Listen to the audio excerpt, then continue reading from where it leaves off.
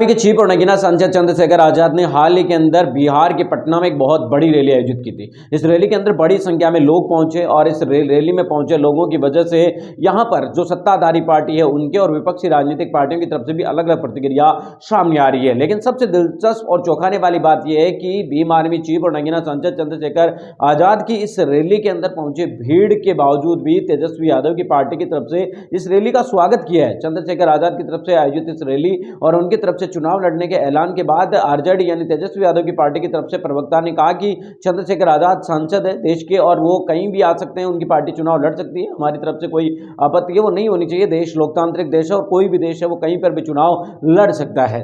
Sir दरअसल आपको बताने की कोशिश की तो इस बयान का ये मतलब निकाला जा रहा है कि तेजस्वी यादव के पास इस वक्त दलित चेहरा नहीं है। एक तरफ हम देखने की कोशिश करें तो चिराग पासवान के तौर पर और रामविलास पासवान की विरासत के तौर पर यहाँ बीजेपी और एनडीए के पास एक पासवान समाज का बड़ा चेहरा है, दलित चेहरा है। लेकिन तेजस्वी यादव के पास पिछले चुनाव के अंदर भी आप सभी जानते हैं कि किस तरीके से उन्होंने मेहनत भी खूब की थी, लेकिन आखिरी चरण में यह मान सकते हैं या जब फाइनल नतीजे आए तो उनकी पार्टी सीटें जीतकर भी, कई सारी सीटें जीतकर भी आपको बता दें कि चुनाव हार गई थी। तो ऐसे में चंद्रशेखर आजाद को साथ लेने की कवायद तेजस्वी यादव कर सकते हैं, क्योंकि तेजस्वी यादव के पास चिराग पासवान के मुकाबले कोई दलित चेहरा नहीं है और नहीं वो दलितों के लिए एक मजबूत चेहरे की विकल्प की उनके पास तलाश है। तो ऐसे में चंद्रशेखर आजाद को साथ लिया जा सकता है। कुछ राजनीतिक विश्लेषकों का यह कहना है कि 3 से 4 सीटें या 4-5 सीटें, लास्ट 3 से 5 सीटें एक तरीके से चंद्रशेखर आजाद की आजाद समाज पार्टी को दी जा सकती है और उन्हें मैदान में उतारा जा सकता है। देखना बहुत दिलचस्प होगा कि क्या तेजस्वी यादव अखिलेश यादव की तरह गलती करेंगे और उन्हें साथ नहीं लेंगे या फिर उनको साथ लेकर